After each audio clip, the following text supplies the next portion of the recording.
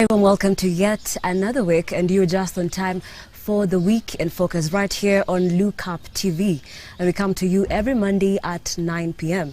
It is the 18th day of January 2020, and today on the show we are talking matters elections, the by-elections that we are waiting for in Machakos as well as Nairobi governance following the swearing in of Kananu as the deputy governor. And also we're talking about the rampant murders across the country by students. And joining me on set is Anita Nkirote, who is a political scientist. Karibu sana kwenye show. Thank you for having me, Nerima. Okay. And so let's begin from the heartbeat of Kenya, Nairobi. Yes. Yes. Anne Kananu was sworn in last week. She's now the deputy governor of Nairobi, and that has caused a lot of conversation, especially right from her speech, where she thanked the president. And what did that imply? According to me, her swearing in was totally unconstitutional. If you look at the manner and the speed in which it was done, and in law we talk about substance over form, whereby it's not just about you getting the position or having Kananu being sworn in, but under what procedure was it done? Why was it quote-unquote done at night, or rather done in such a speedily manner that attracts attention? Number two, as far as I'm concerned, county governments, according to the constitution, are independent. So I don't understand why a deputy governor would thank the president for appointing her, yet she was actually appointed by Sonko. Number two, she was sworn in before when Sonko had already been shown the door. What should have happened ideally is she should have been sworn in during Sonko's tenure. So the procedure under all this, under what the situation under which all these things happened, brings more questions than answers. Okay, and we knew that the constitution is not clear on the issue, because in Nairobi we'd be talking about a crisis, given that we have an acting governor who's going to be doing that for the next 60 days. And then, so what's going to be what's the transition going to be like? Where I sit, I don't understand why Benson Mutura should have continued to be the governor until we have a by-election. By bringing in Kananu, we've brought in a technicality, because now she is the bona fide deputy governor. In fact, early this morning, political pundits were saying Mutura should get ready to hand in the instruments of power to Kananu because she's the bona fide deputy governor. So as we are sitting today, why would the speaker be the acting governor, yet we have a deputy governor? For me, it's a crisis by design. You know, whenever there is chaos, there is usually a beneficiary hiding. So for me, it's a manufactured crisis, unnecessary. If we did not have, quote-unquote, a deputy governor, then if we had a deputy governor, why did we swear in Mutura then in the first place to be the acting governor? Yes. And LSK, together with Okiya Omtatah, and you work for the Third Way Alliance. Yes. So you were joined in the going to court to stop the swearing in of Anne Kananu. Yes. So on what basis? On the basis that it's unconstitutional, unprocedural, and we could not understand, while this is a political movement, a political moment, we could not understand also why the judiciary, we had a judge there in the swearing in. Of course, during the swearing in, there must be a judge. But under what basis? This is bluntly supporting the ignoring or doing away with the constitution. Number two, it sets a very bad precedence. It means this can happen over and over again. And I don't think this is the kind of situation we want going forward. So as Third Way Alliance, LSK, Nelson Havi, and Okiya Omtatah, we went to court to stop this because it simply does not make sense, number one. Number two, does not follow what I was calling natural law, whereby we follow the law. And being that Look Up TV is a religious station, there's a time Jesus asked, was law made for the man or was man made for the law? The question is the constitution made for us, or is man made for the constitution?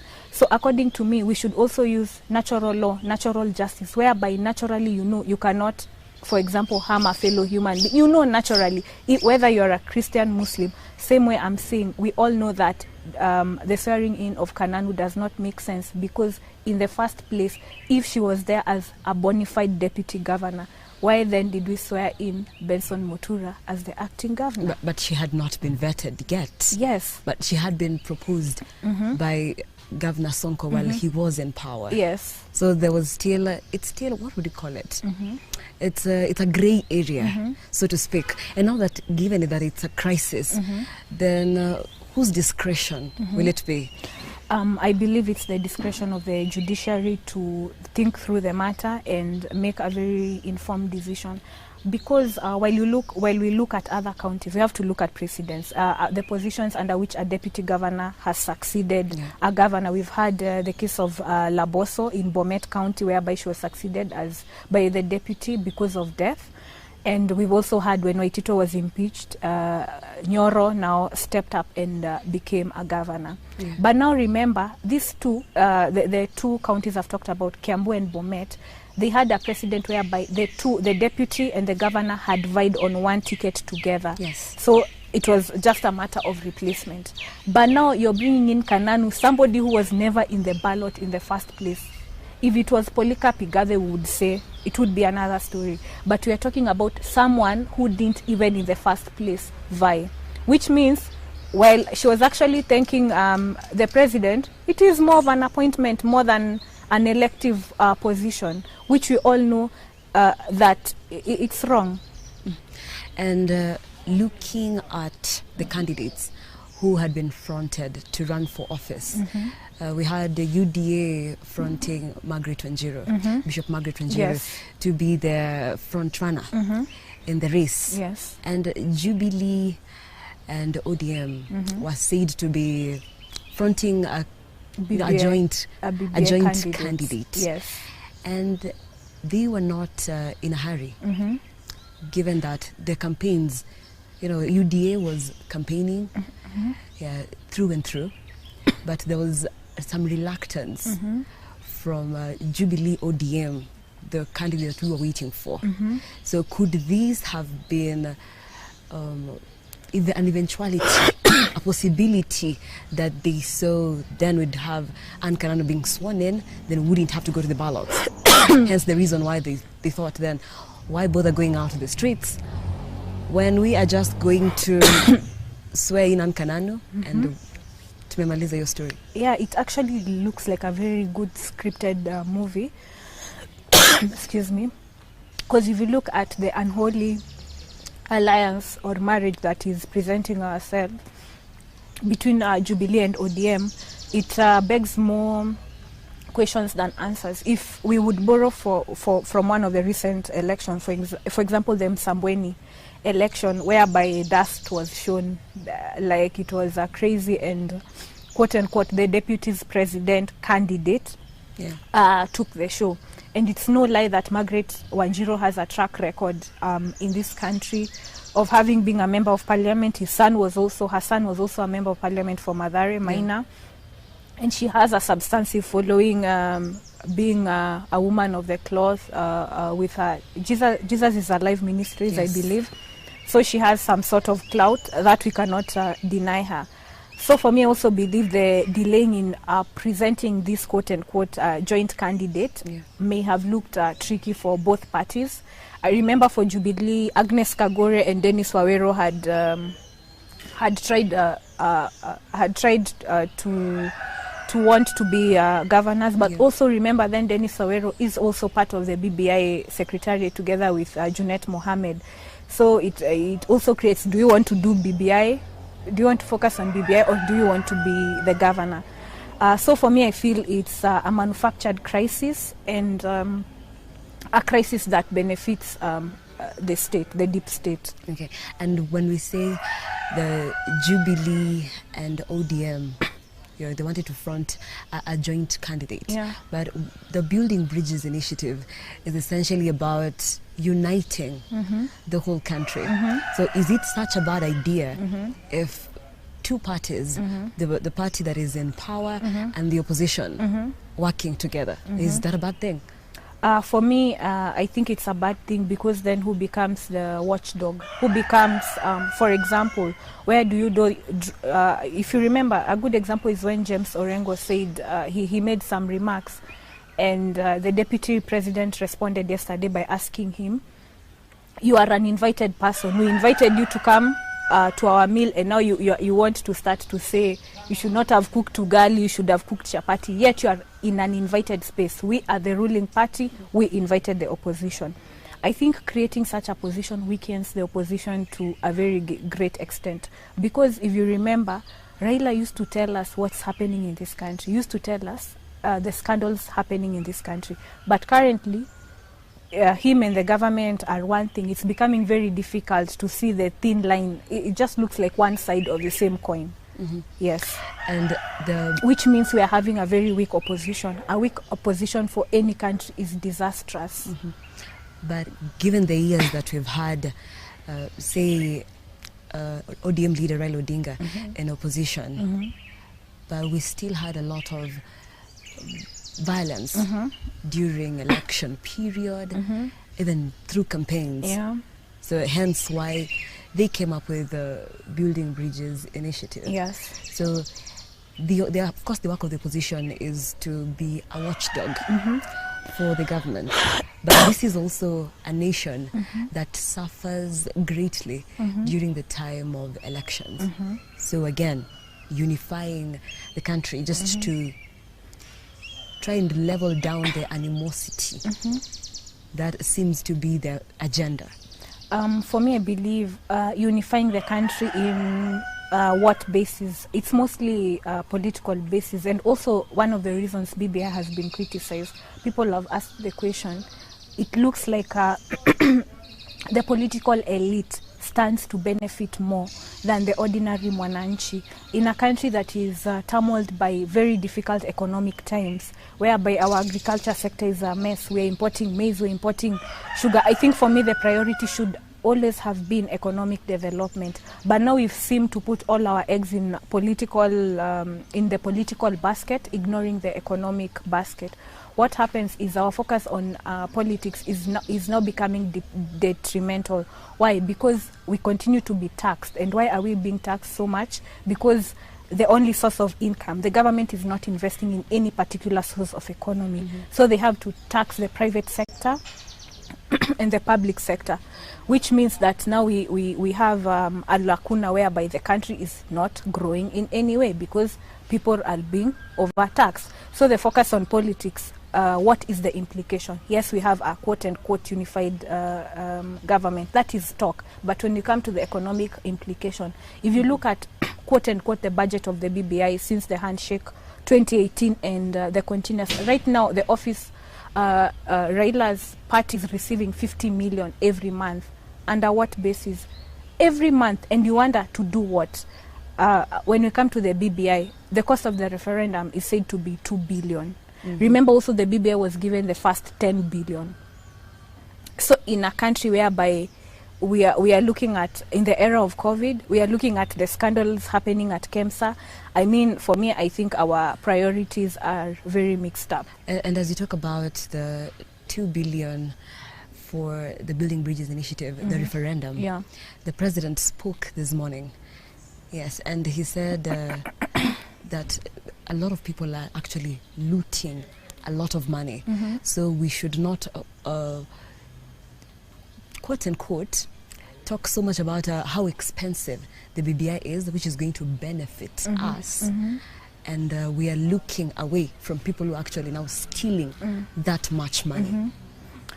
You know, it's interesting. Even when the BBI was formed, Third Way Alliance also went to court, and we said, under what basis is this Building Bridges being formed? It has a secretariat. Under what basis, what constitution alignment gives the case for BBI? We talked about if it's solving political crisis in this country. There was the Truth, Reconciliation and Justice report, which has never been implemented.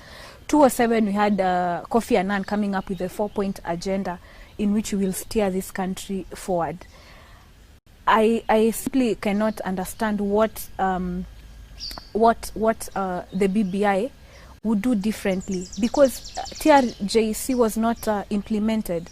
Also, the Building Bridges initiative seems to eat more in when we are having crazy economic times, as I've said. So for me, I feel like, and also when the president talked about the 2 billion that is being stolen, we really would like to know 2 billion being stolen every day. Like, it sounds like self-confession. Like, we would like to know further. Yes. Okay, and now he also said that a lot of politicians are focused on 2022 campaigns instead of focusing on the needs of Kenyans at this time. But he also has his hand, of course, the handshake. So when campaigns are done by his deputy president and the handshake partner was Raila Odinga. Yeah. So what does the president mean exactly? I think it's the case of stepping on your own toes, or it seems like you're sort of supporting Raila, but you're saying you're against your deputy president going round. Yet, according to me, they're all doing the same thing. Tanga is preaching its own ideology. Raila is preaching his own ideology. So two sides of the same coin. In fact, during the interview in the morning with Kikuyu radio stations today, questions that are coming up is, when is the president going to take the BBI to his own backyard? When he opened BBI, and last year there were rallies. You remember there was 2 meetings at Bomas, two very big meetings at Bomas. You opened the Pandora's box. You opened it to now everybody can have meetings. Remember, it was around the same time that the deputy president was stopped from having his meetings. If you remember, there was a time it was like, if you want to have a meeting, you must write a letter to the chief 14 days prior. So you are like, what has changed?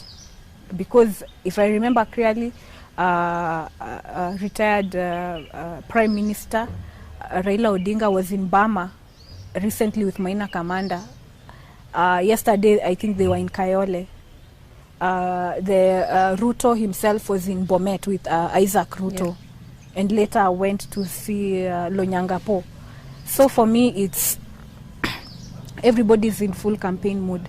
So asking, and it's very weird asking politicians not to campaign. The question is, which politicians? Is it the sitting politicians? Is it people who want to have a political space? And if you're talking about politicians, the track record is there. In fact, it's very weird that MPs from the Tanga side, Alice Wahome, Moses Kuria, and Ndindi Nyoro, they have, if you look at the Auditor's General Report, in fact, they are doing very well. Ndindi Nyoro is building in terms of performance. So if they are overzealous and they are hardworking, and also the deputy president has been accused of being very hardworking. Today you'll see him in Narok, tomorrow you'll see him in Mombasa.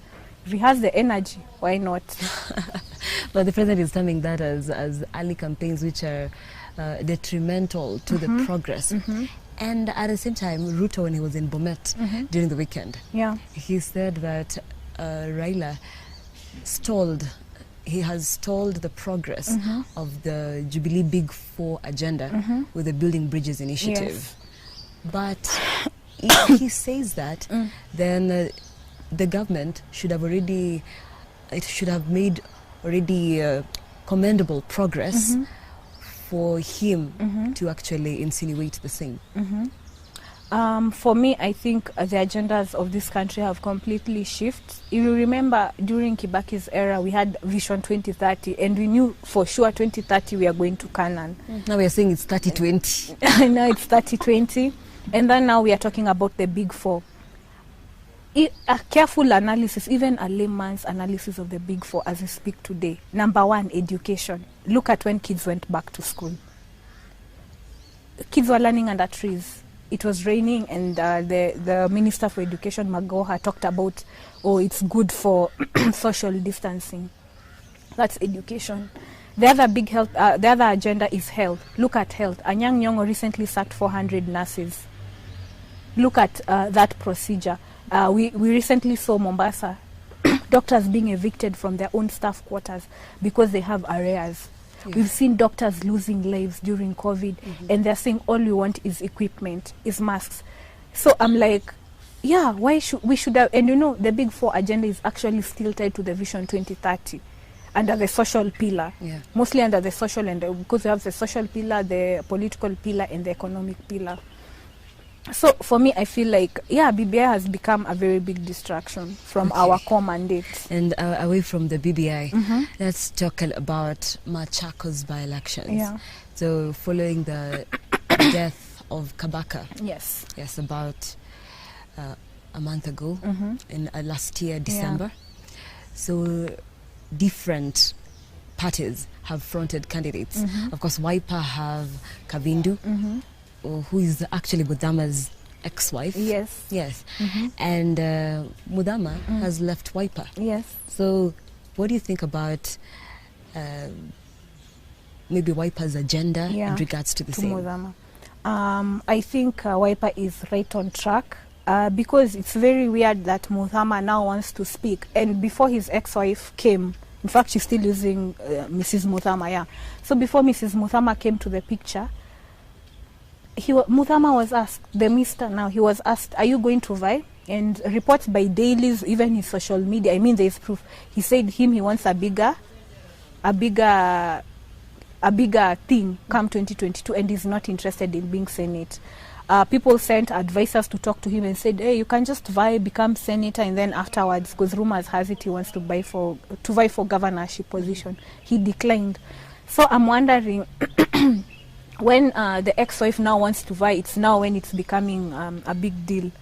I don't see why. Is it because it's the ex-wife, or what? I mean, I find it very personal. So for me, I believe as Wiper and as Third Way Alliance, who I run a political party, if you want to come and vie, and I think you deserve the ticket, and you square it among all the other people who want to vie for the Senate Machakos, it's an order. I will give you the ticket if you win it fair, squarely. So I don't understand why now Mudama has an issue with Wiper. Number two, as we stand today, I think in Musambweni we saw videos of Mudama going to campaign for the aspirant for Musambweni. Was he sent by Wiper? No. So sometimes we say if people want to leave, and in the management of political parties, if people want to leave, they start, they will complain about everything. They will complain about the grass. They will say the sun is too hot. They will complain about the leaf did not fall the right place. So for me, I believe Mudama, if he wants to join UDF, you don't have to fight your battles through political party, through Wiper. You don't have to fight your battle through your spouse or through a woman. Let the woman be. I'm a very strong advocate of woman empowerment. So I really hope Mrs. Mudama takes the day. Okay, and UDA has also fronted a candidate. Yes. Yes. Another Mudama. There's a lot of Mudamas in this equation. Town, yes. The brother, I think. This one is a businessman. Yes. Yes. And given that Ruto had success in Msambweni, so now he is testing waters just to see how 2022 is going to be. Yeah. So what are your thoughts on the same? My thought is... Does he stand a chance? Actually, as we go on, you see how clearly Mudama is biased. He cannot support the Wiper candidate, who is his ex-wife, but chances are he will support the UDA candidate. Yeah.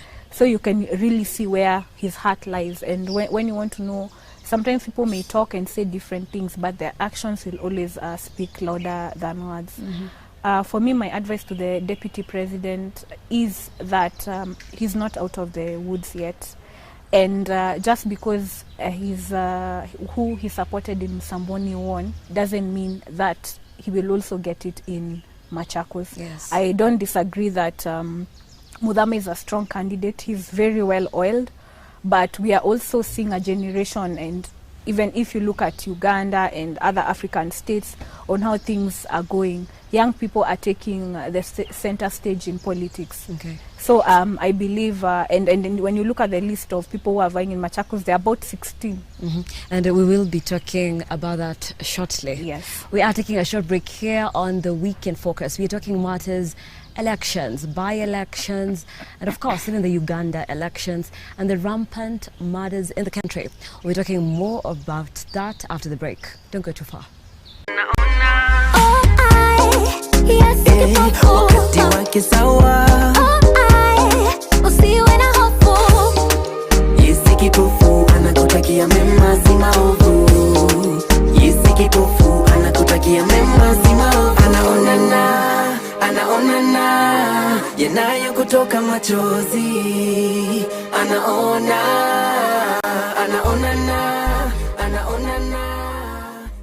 Turn your 50 bob into a million shilling investment. Changamka and Shindagari Chap Chap with Hometel. There's millions in shillings worth of prizes to be won. Send your 50 bob to paybill number 404153 and get a chance to win 20,000 shillings daily. And each week, one person gets a chance to walk away with a Mazda Demio and another a Beth Mobility motorbike. Remember, the more times you try, you could be the winner of a fantastic Toyota Prado. Do not be left out. Send 50 shillings to paybill number 404153, account name Lookup TV, and get yourself a Hometel lucky number. Changamka and Shindagari Chap Chap with Hometel promotion. For more information, visit www.shindagari.co.ke. Terms and conditions apply. Worldwide.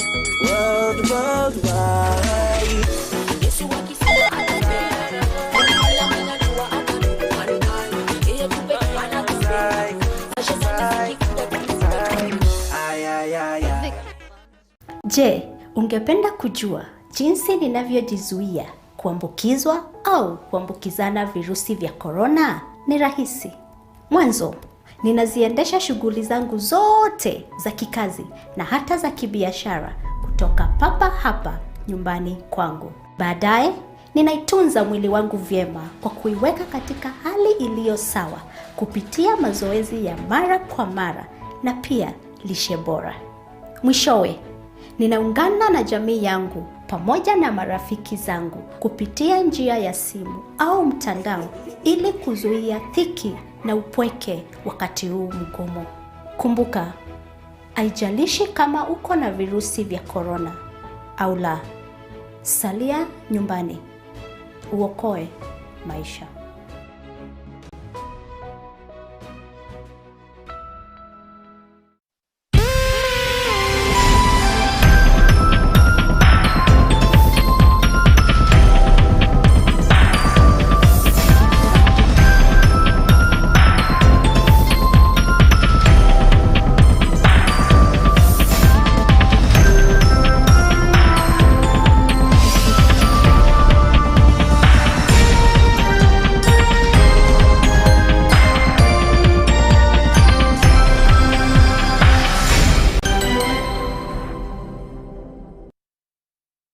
Welcome back to the Week in Focus, and on the show we talk about key highlights of events that have happened in the past week and what we are anticipating in the week that we have just begun. And we want you to join in the conversation.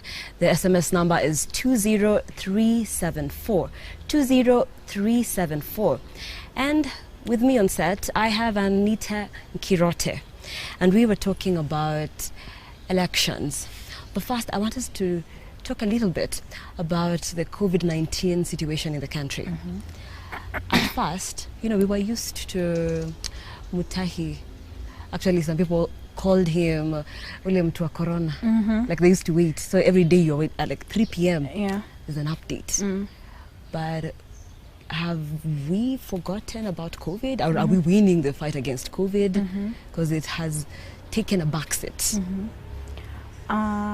For me, what I think, and from the medics I've talked to, as we speak today, not to underestimate COVID and its implication, but as we look at stats all over the world and even in Kenya, in terms of the number of people dying as a result of COVID, the number is, number one, people are dying more of pregnancy-related complications, childbirth. Number two, malaria is still killing people. HIV/AIDS. In fact, COVID falls around number 3, number 4. It's not number 1 or it's not number 2. So for me, what I think is that COVID began with a lot of oomph because it came from the quote-unquote international world. And WHO made it an emergency So all countries had to play by the book. And if you remember, in the first place, they were like, are there no COVID cases in Africa? Are there no COVID cases in Africa? Then COVID cases started coming, and that now we have the different waves. We had the wave in South Africa and also the wave in the UK. Yes, COVID is still there, and we need to be cautious. But I also think at the same time, we're also looking at the reality of life. And it's the same cases people were making for curfews. And you remember when the president extended the curfew, people are like, we are dying more of hunger, like we want food, we want to go, like we are in a quagmire whereby, do I risk exposing myself as a result of COVID health issues? But then again, I will not have food to eat. So the quagmire in which most African states are, and Kenya is in, is that people must make ends meet. It's not that we don't want to stay at home and abide by these protocols. We want to, but we have to go out there and get money. And at the same time, I believe people are being cautious. People have masks. If you walk around CBD, I know, yes, it was a rule that you could not walk around without COVID masks, but people are walking around, and I believe people are taking the best care of themselves as they can. And my interest is priorities as a country. Given that COVID-19 is still here, and there's a new strain actually in different parts of the country, in different parts of the world. But we still have gatherings. So then are our leaders undermining the protocol? Yes, I think they are, and because they belong, quote unquote, to a certain political class, they seem to be able to get away with it. Because if you look at the yesterday when Raila was in Kayole, it was crazy. The crowds were crazy. People did not have masks. People were singing and shouting. Same thing with Bomet. You saw Bomet. While maybe a few people at the high table had masks, and not even all of them, the other people who had gathered there did not have masks. Yet, these are the political class. And you remember in the beginning, Kagwe was like, even if you are a politician, you must abide by the rules. You remember the scandal under which Sakaja was caught in one of the hotels during past curfew hours. I think the same vigilance we had in the beginning has now faded, and we've gotten into full political campaigns in that we forget that we have all these crises around us. Because now the virus is still here with us, but we're giving so much,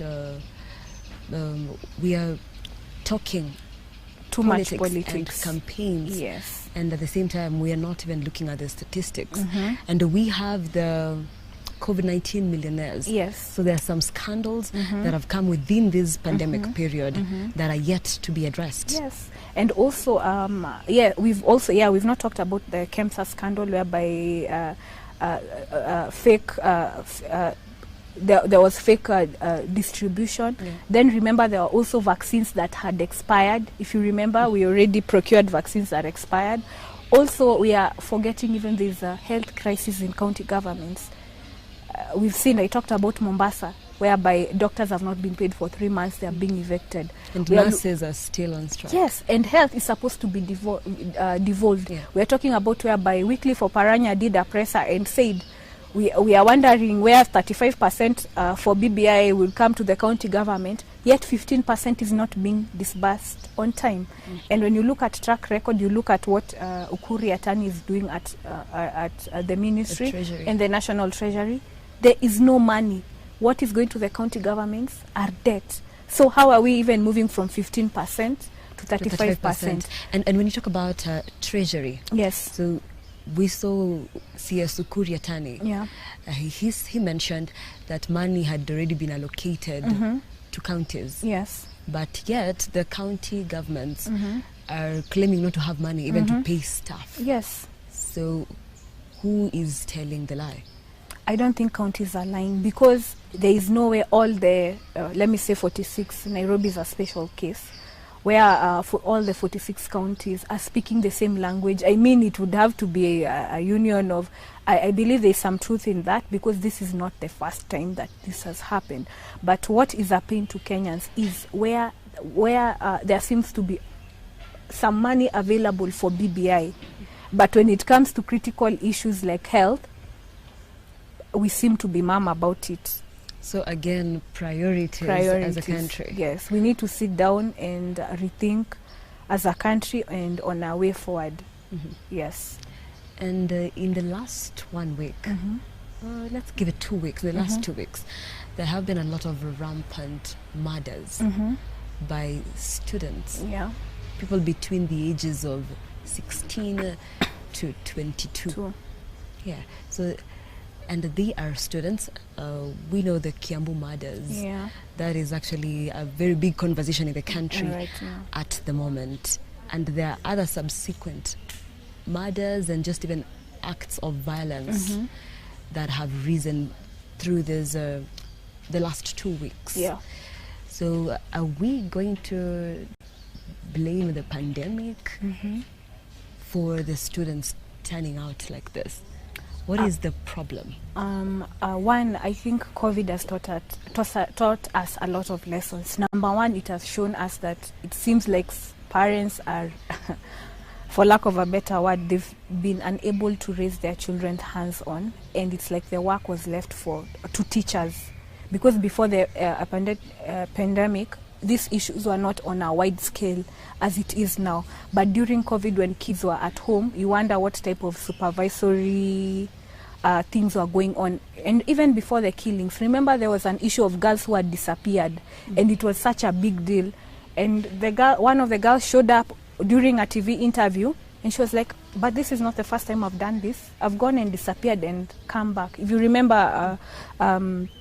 you remember such a story, it means as parents need to be more strategic in their parenting, and also not let everything fall to the teachers. Number two, it brings issues of mental health, has been discussed. Yes, so I think kids stayed at home for this period of time, and then they were told, hey, you're going to school on 4th. My question is, are there active guidance and counseling institutions in schools, or rather teachers? I know in some high schools they have teachers, but did they talk to the students, or did they say, you've come, now let's go on and start learning? There must be some sort of guidance and counseling so that kids can at least adjust and focus on the right thing. So for me, I believe the issue of mental health comes in handy, and to a big extent, because when you look at the Kiambu story, I mean, they said the kid watched some movie called Killing Eve, and saw the exact procedure to do what they're supposed to do, which makes you wonder, where is the supervision? But also at the same time, this is a 22-year-old. Remember, the Constitution recognizes an adult until 18 years. So for me, this is more of a mental health kind of situation, more than is it a child or is it an adult. We need to sit down and think strategically as a country, especially about mental health being fully maybe in the curriculum, or having, even in the workplaces, having channels whereby people can talk about things. Because while you're talking about the issue affecting children, we've also seen policemen recently. There was also the case of a policeman who pulled the AK-47 at a friend and shot the friend at close range. I mean, for me, and also we've also been talking about police reforms. For me, I'm looking at it purely as a case of mental health, whereby we really need now to address the issue head on. Okay, and a lot of people that I interact with, and actually even during the weekend, I was having a conversation with lawyer Karen Wahungu, and we were talking about high school, and no one remembers high school fondly. There are very few people. Yes. So, because of the many punishments, there's a way that life didn't sit in well with a lot of people. Yes. So can we also, as a country, look at how we treat students when they are in school? Yes, I actually believe so. I think the eras of pain and suffering as a way to instill discipline in life are long gone. And one of the things, if you remember, even the CS Magoha introduced a system whereby even national schools have slots for day schooling. If you remember, currently there are some provincial schools, some national schools whereby there are day schooling, where some students actually prefer to go home in the evening and come back, as opposed to before, whereby it was only if you're either a day scholar, like there are schools for day schooling and then there are schools for boarding. Right now, there is a sort of like a hybrid. I believe those options should be there. And this business of glorifying pain and suffering are long gone. These businesses of giving extreme punishment without working on the mind. I mean, if you look at young kids, PP1, PP2, you cannot just beat them. You have to explain to them why you are doing this. And now this is the younger generation. So I believe for the older kids, and I think it's also the impact of technology. What technology has done, it has brought exposure. Yeah. So kids know things can be different, things are different. So I believe schools should not appear as a whereby you are just going to suffer, but rather you are embracing learning and understanding that education is the key to your future. Let's talk a little bit about now, narrow down to the Kiambu murders and how the media is carrying the story. There is a lot of information that is out there, and there is a lot of we call it the court of public opinion. So do you think that interferes with how the process of the case? I believe the role of media is a watchdog to the society, to tell us what's going on, to expose our ills and know what to do.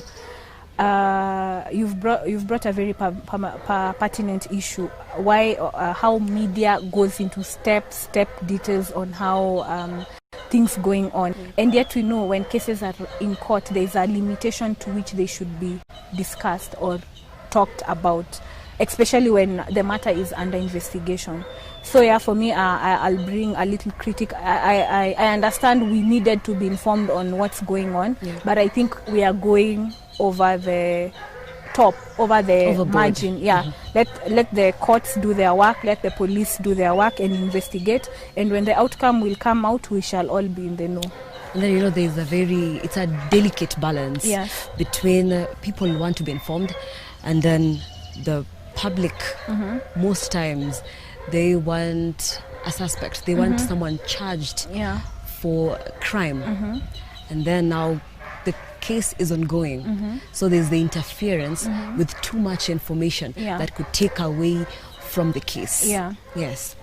And I think it calls for now the judiciary to be vigilant and not to get caught up in the issues of the day. We need a judiciary that is strong. We need a judiciary that can make a decision not based on emotions but based on facts, not based on the court of public opinion. There is the court of public opinion and there is the court, the real justice system, which should be able to decipher and give us a complete way forward.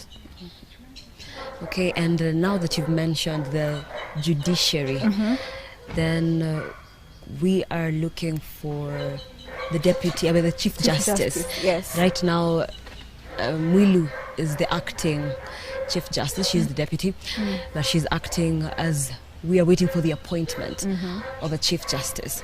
So maybe what are the candidates, potential candidates for the Chief Justice position? As you know, it's not that rocket science, because to be a Chief Justice there's a certain criteria, and the criteria only favors, let me say, people of the top tier, people who've been judges of the Supreme Court to a big extent, because they have the qualifications, the necessary experience.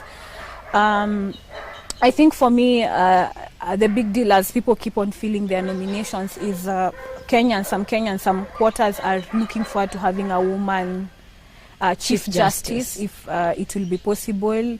I think Mwilu herself can fit the bill despite the political temperature she presents. We have the likes of Njoki Ndongo. I've seen some senior councils have been floated, and some issues of Somali origin coming up. But for me, I think we wait and see who applies. And this thing of quote unquote is just like the issue of the presidency. It's only Ruto who has come out to say. So we are still waiting to see who are bringing the nomination papers. Yes.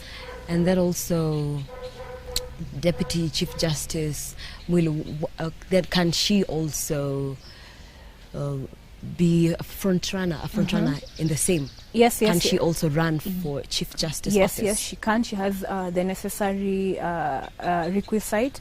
However, also my issue with the judiciary is, remember the swearing in of the, I think they were 41, then one died, 41 judges. They had not been sworn in. So the Judicial Service Commission remains to be weak. While we are looking forward to fronting and to having whoever will come as a CJ, Maraga has brought a lot of issues that still need to be addressed. He's talked about funding. He's talked about advisories. Remember, he had issued an advisory to dissolve Parliament, and today Parliament is still as is. So the question is, he's still moving away from personalities and having a strong system that works. We don't want to have a CJ again who's going to be crying foul. Oh, they've cut my budget. Oh, they are revisiting. Oh, you've not sworn in the 41 judges. That kind of issue. However, I'd really love to give credits to LSK, because this time we've seen an LSK that is responsive to issues and not working on bureaucracy, but bringing issues to the table.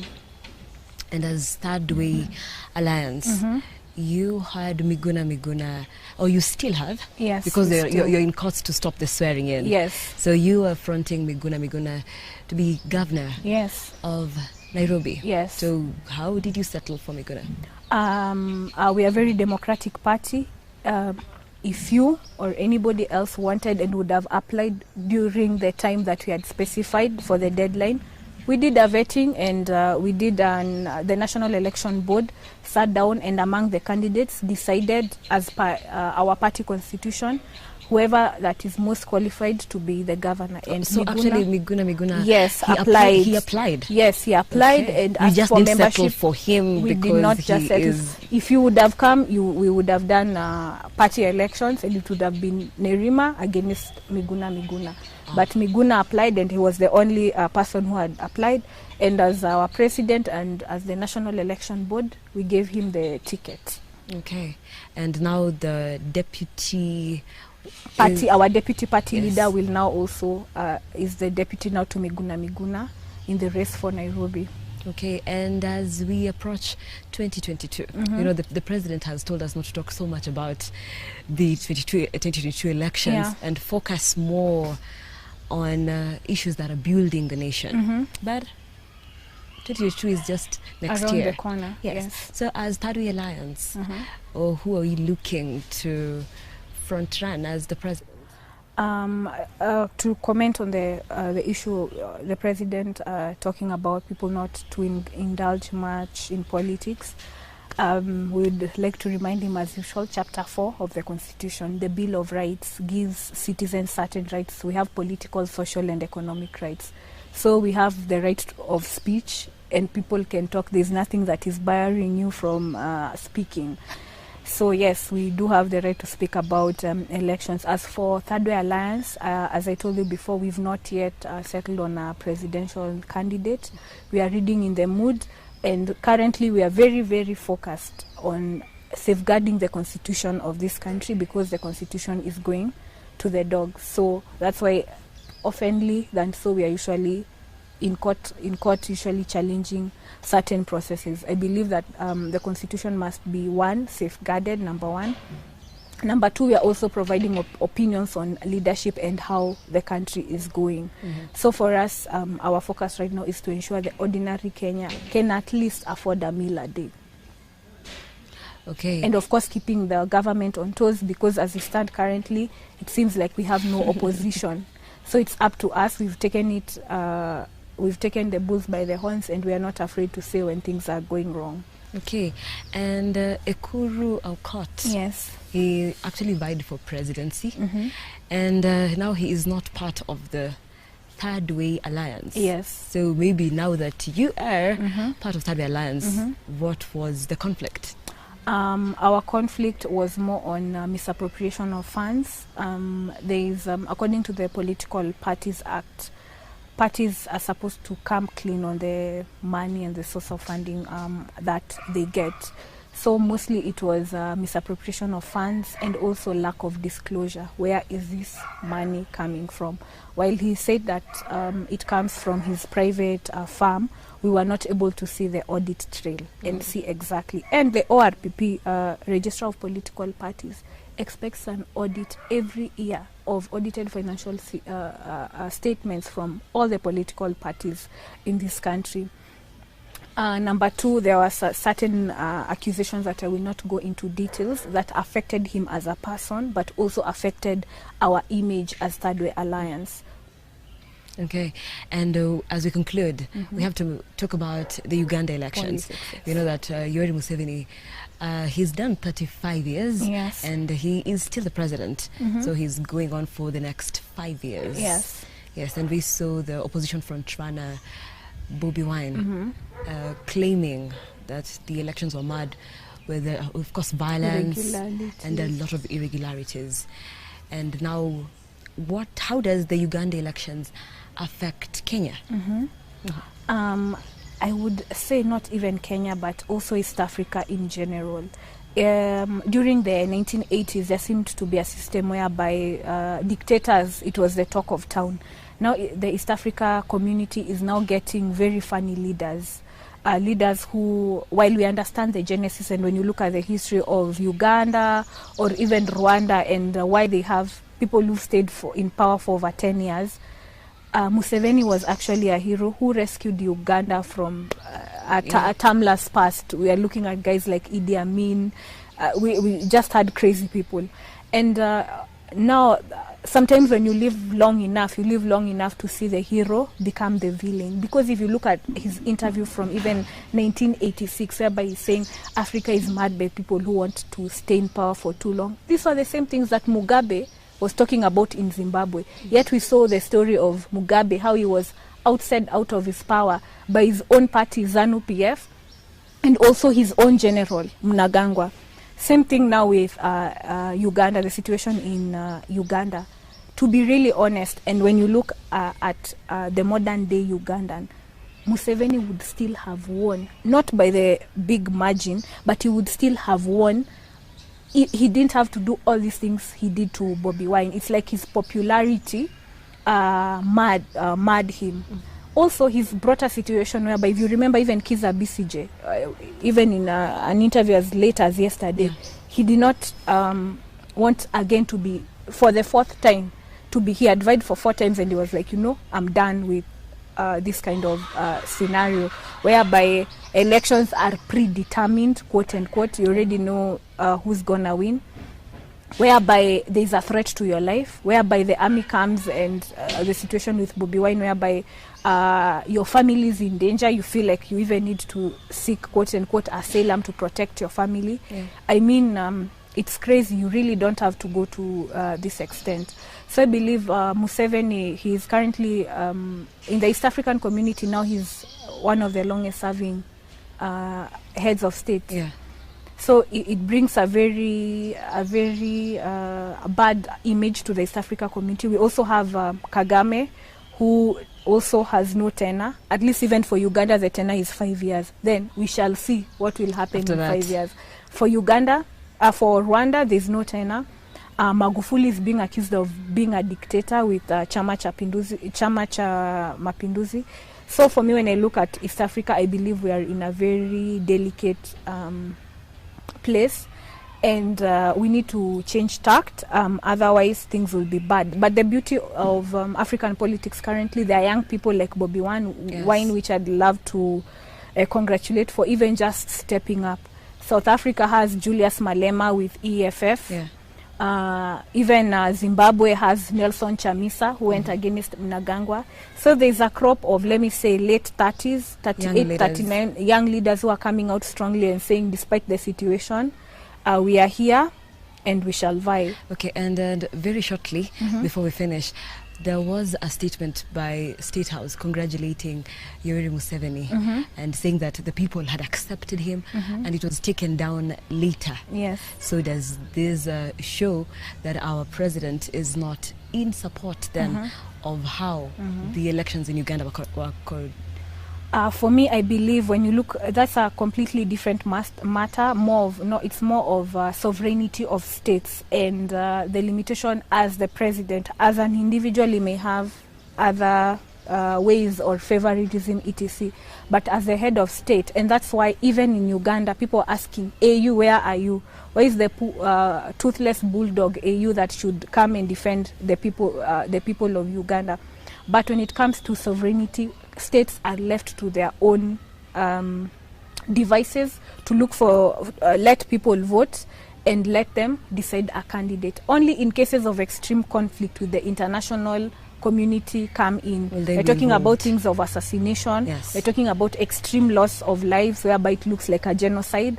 But as is the position of Kenya is only to, if Ugandans have elected Museveni and their electoral body has said that he's the guy, we should actually issue a congratulatory the same way we issued to Magufuli in Tanzania. Okay, and thank you so much for coming to the show. Thank you so much and for honoring having me. our call. Yes, and we have come to the end of the week in focus. Thank you so much for watching. I am Nancy Nalima. Have a lovely evening. We value your feedback and welcome your complaints about our programming and operations. Feel free to get in touch with us through 0700 893 542 or send us an email to views@look-up.tv. We can't wait to hear from you.